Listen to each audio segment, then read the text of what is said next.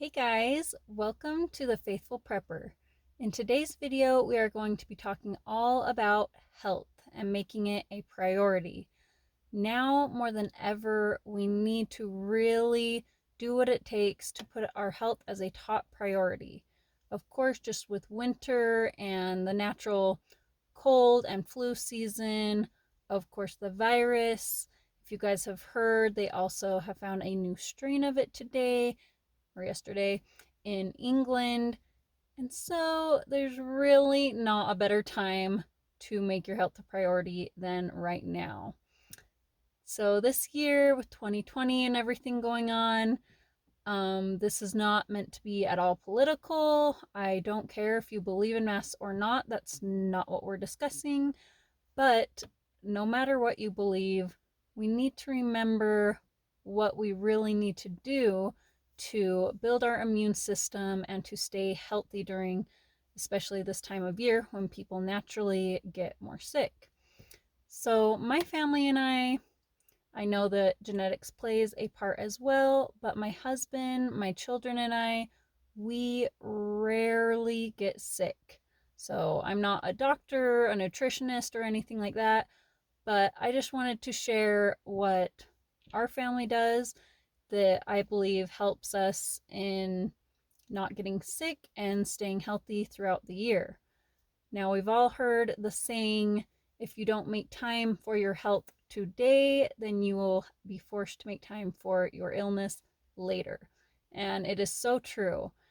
If you don't take time to exercise, to do these things that we make excuses for, we're just going to end up paying for it later when we get sick and you have to take time off work. You have to rest a lot and you can't get just like your normal daily chores and tasks done. So, I just wanted to share 5 tips of what we do to stay healthy throughout the year and to avoid any illness or to recover from illness quicker than usual. So, the first tip is, of course, your diet. What kind of foods are you eating? Are you eating enough fruits, vegetables, foods that are high in protein, fiber, vitamins, and minerals? Now, a lot of us, we forget these things. Sometimes we just get busy in life. But when we truly think about it and stop to make time, write down the things that we need to get, will go a long way. Another thing I like to encourage is when you go to the produce section in your store, just take time, slow down. You have your list in front of you, but maybe put that list down for a minute and just walk through the aisles of the produce section and see what looks good to you. Maybe you've forgotten some of your favorite fruits and vegetables that you haven't had for a while. Just the other day, I was looking around and I saw pomegranates, and I haven't had those in like years. But I brought that home and my kids loved it, and so we just enjoyed some pomegranates. So that was just a different fruit we hadn't had for a long time. It's always good to kind of mix it up. Personally, I just naturally grab the bananas and the oranges, especially this time of year. We really try to eat a lot of oranges and get that vitamin C in. But sometimes I forget all the other fruits and vegetables as well because you kind of go for the ones you naturally grab and are used to eating.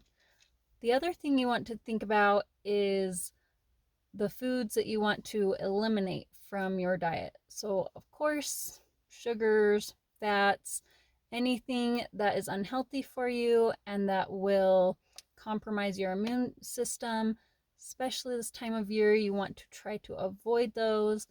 Now, I know it's the week before Christmas, and so naturally, me too, we're all going to be eating more sweets and treats, but I just try to balance myself. If I've already had a cookie or two, be like, okay, can be happy with a cookie or two. I don't need to have 5 or 6 or 7 of them. So, however you want to go about that, if you want to cut out sugar completely, or if you just, try to kind of bring it down, try not to overindulge as we all sometimes do. I do it too. So, but it's just something to remember and be thinking about during this holiday season. Now, don't forget your vitamins. I'm always surprised how many people do not take a multivitamin every day. My kids and I, every day without fail, we take our multivitamin. And a doctor that I follow, he recommends that you have like a handful or a spoonful of mixed nuts with them, because he said that it will help to absorb the nutrients and, yeah, vitamins and minerals better. And so we always have like a little handful of mixed nuts to go with our vitamins and when we're eating our breakfast. There are a lot of easy ways that you can start eating healthier. You know, you can swap out your sugary cereal for like oatmeal or low fat or Greek yogurt. Those are kind of my go-to favorite breakfasts in the morning. Swap out your white bread for your wheat bread and things like that. You've got to start somewhere if you're trying to make your health and your food choices a priority. Just start small, take baby steps, and it will pay off in the end. Now, the second tip that I have is goes along with diet is what you're drinking. Now, I am a huge fan of water. I know that's weird. People are like, why do you like water? It doesn't even taste, but I don't know. I'm just weird like that. I really enjoy water. We hardly ever drink like soda pop or things like that. My kids really just drink water, milk, or also almond milk. Um, Anyways, that's what we like to drink. But again, mostly water, because we all know that we should get at least 8 glasses 8 times a day. But if you want to be more specific, you can look up those little calculators online where they ask for your like activity level, your age, your weight and height, and it will give you a more accurate um, goal assessment of how much water you should be intaking every day, which most everyone is. We generally don't get enough water every single day.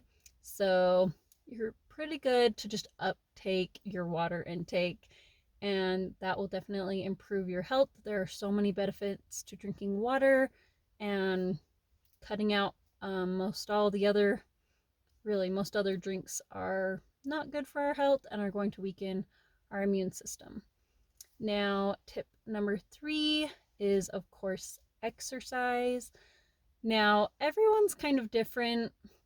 Some people are like, oh, that person exercises, so they're super healthy. They're like, they run this much or they work out this many days a week, so they're just healthy, right? And don't get me wrong, I'm not bashing exercise at all. I think it is so beneficial and so important for so many reasons.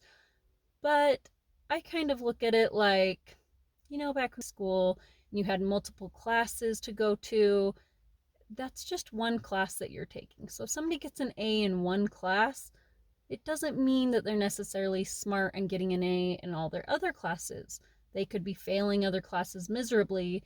And so, to me personally, I think that health, if someone is truly healthy, it's all these things. They're doing all these things to the best of their ability. And it's not just one thing like diet or just exercise, because I know a lot of people who are great at exercising and they eat a lot of sugar and crap all the time. So, anyways, yes, back to exercise. If you are not in the habit of exercising, start off with something that you actually enjoy doing. Do you enjoy running? Do you enjoy this time of year? Do you enjoy snowboarding or skiing or ice skating? Just getting outside and going on daily walks. That is so much better than nothing and just sitting on the couch all day.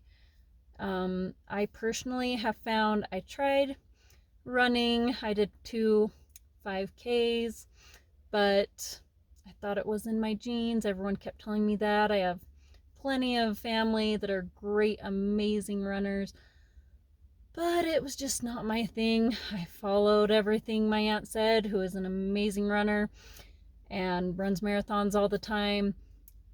I still just hated running. So I finally gave up. I was like, why am I pushing myself so hard to do something that I just hate doing? This is not enjoyable. maybe a couple minutes of it was, but overall it was just not fun, and I had to really push myself to do it every day. So now I have actually turned to strength training, and I love like trying to build up my strength and my muscles and get stronger. And I have really found that I just love that. It is so much fun. It's so empowering being able to be strong enough to actually lift things and be more helpful with physical things like that.